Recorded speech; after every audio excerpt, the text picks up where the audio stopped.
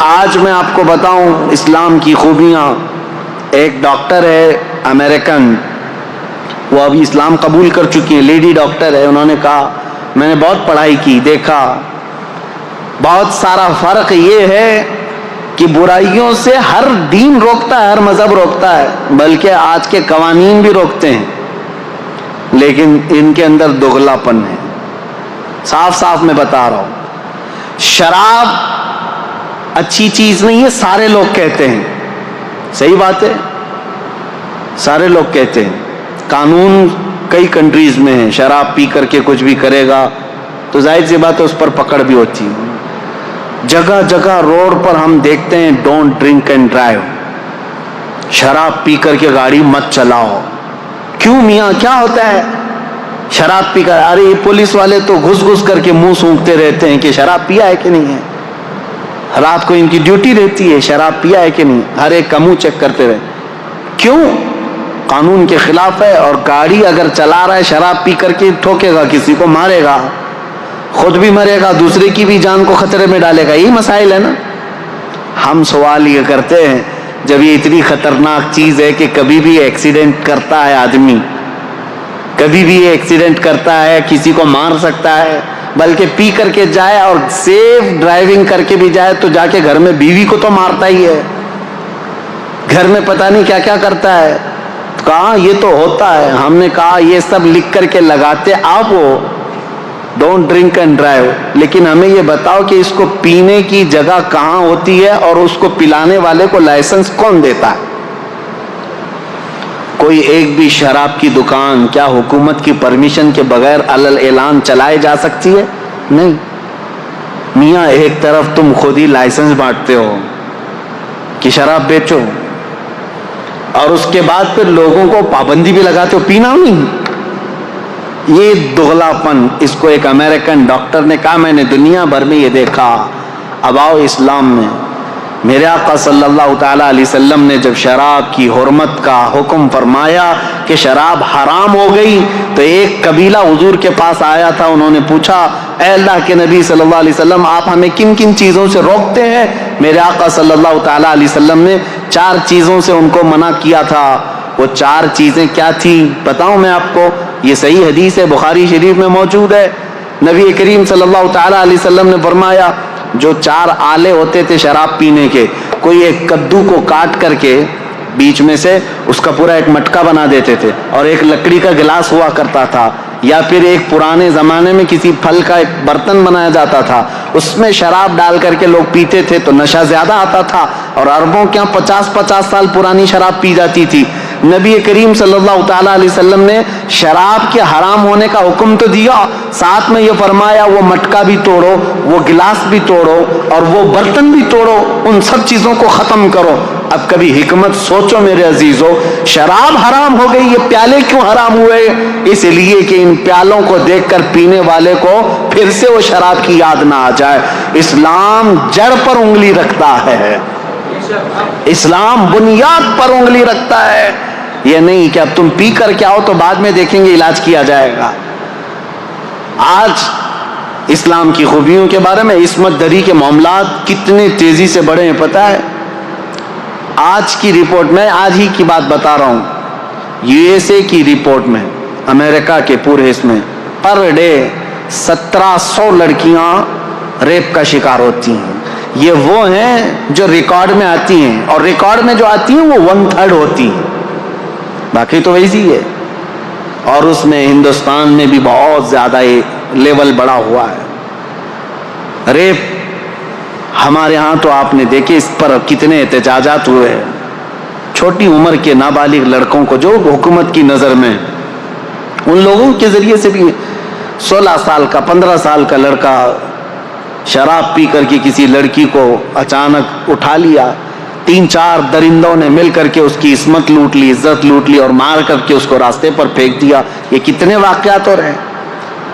اب اس پر بات 2-4 دن تک گرم رہتی, میڈیا میں چلتی ہے, لوگ سڑکوں پر آ جاتے ہیں, انصاف انصاف انصاف. میرے عزیزو, زنا ایک بہت سنگین جرم ہے. زنا پر اسلام نے جو پابندیاں لگائی ہیں وہ ہلکی نہیں ہیں, ہلکی نہیں.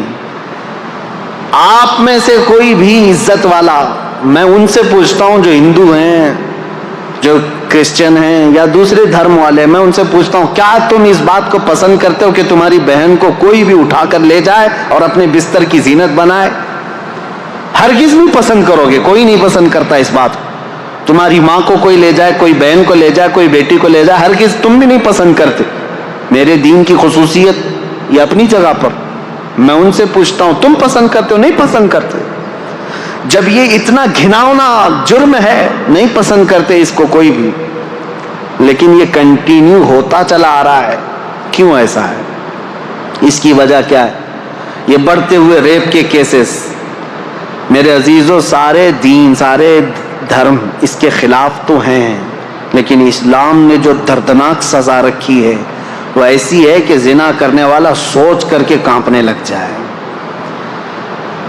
پورے سورہ نور کی شروعات اللہ تعالیٰ نے فرمایا سورۃ انزلناها وفرضناها وانزلنا فيها آیات بینات لعلکم تذکرون الزانیة والزانی فاجلدوا كل واحد منهما 100 جلدة ولا تأخذكم بهما رأفة في دین اللہ ان کنتم تؤمنون باللہ والیوم الآخر وَلْيَشْهَدْ عَذَابَهُمَا طَائِفَةٌ مِّنَ الْمُؤْمِنِينَ. پوری آیت ہے، اللہ تعالیٰ فرماتا ہے زنا جس نے کیا، زنا کیا ہے؟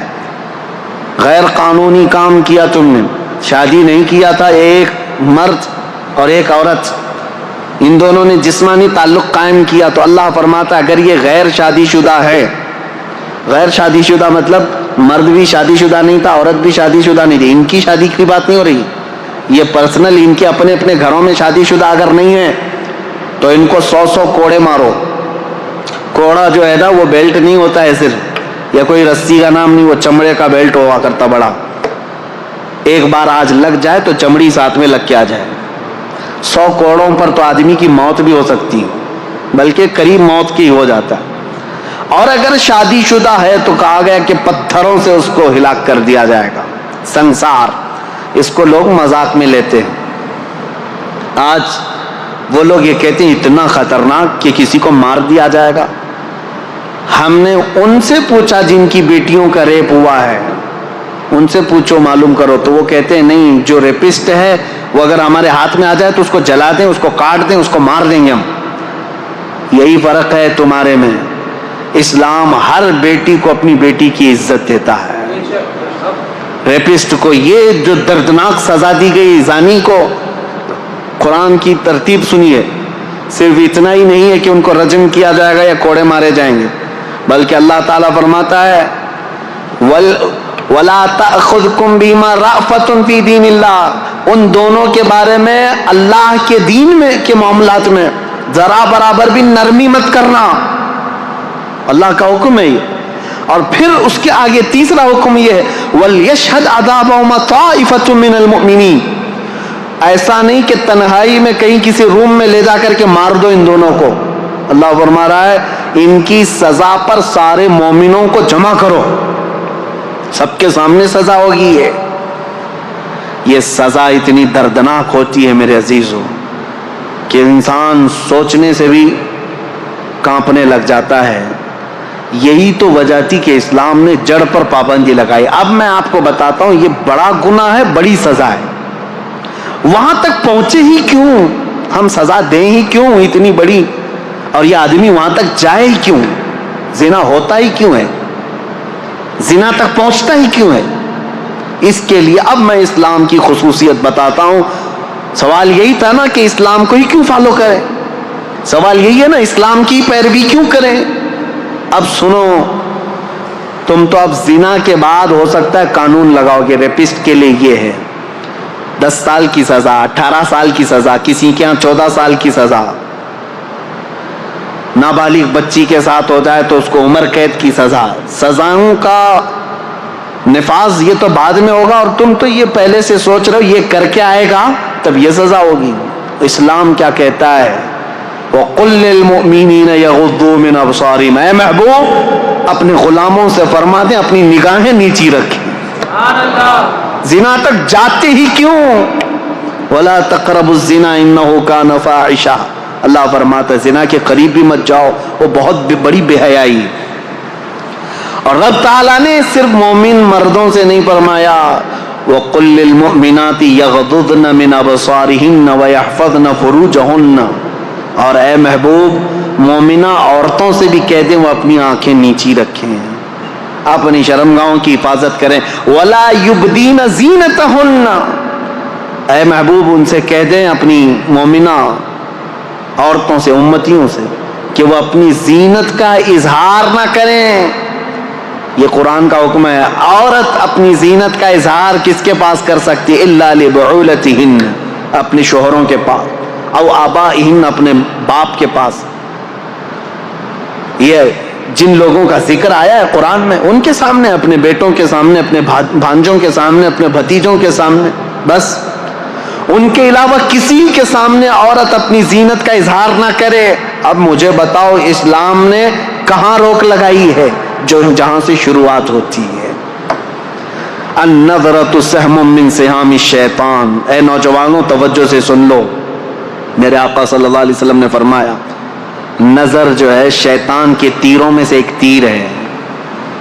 نظر سے شروعات ہوتی ہے، نظریں دو چار ہوئی، اس کے بعد پھر جسم حرکت کیا، دل کے اندر وسوسے پیدا ہوئے اور اس گناہ کے ارتکاب کے لیے آدمی دوڑ پڑا.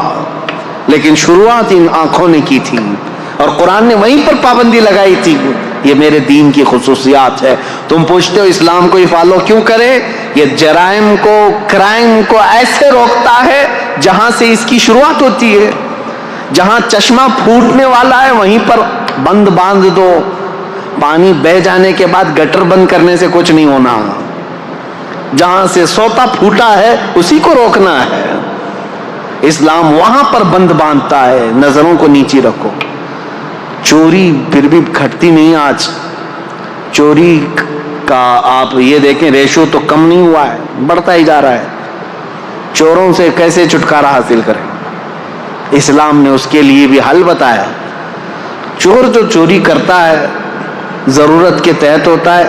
شروع میں ایسا ہی ہوتا ہے کہ اس کو غربت چوری پر لے آتی ہے، اس کی ضرورت جو ہے چوری پر لے آتی ہے.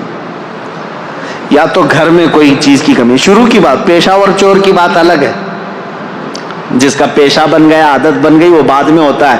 لیکن سٹارٹنگ چور کیسے کرتا ہے؟ اس کی ضرورت اسے چوری پر لاتی ہے. اسلام نے اس کے لیے سب سے پہلے سزا مقرر نہیں فرمائی، بلکہ پہلے سارے مسلمانوں پر زکوٰۃ کا نظام نافذ کیا. زکوٰۃ کا نظام ایسا نافذ کیا، امپلیمنٹ کیا ہے کہ تم میں سے ہر کوئی اپنے مال کا 2.5% نکالے. اگر صحیح معنوں میں مسلمانوں کا مال جس طرح بیت المال میں جمع ہوتا تھا نکل جاتا اور جو ضرورت مند ہوتا اس کے گھر پر یہ مال پہنچتا، تو چوری پر ہاتھ کاٹنے کی سزا ہے اسلام میں. ہاتھ کاٹنا بعد میں ہوتا، چوری کرنا بعد میں ہوتا. جب اس کی ضرورت پوری ہو رہی ہوتی تو چوری کا خیال بھی دل میں نہیں آتا.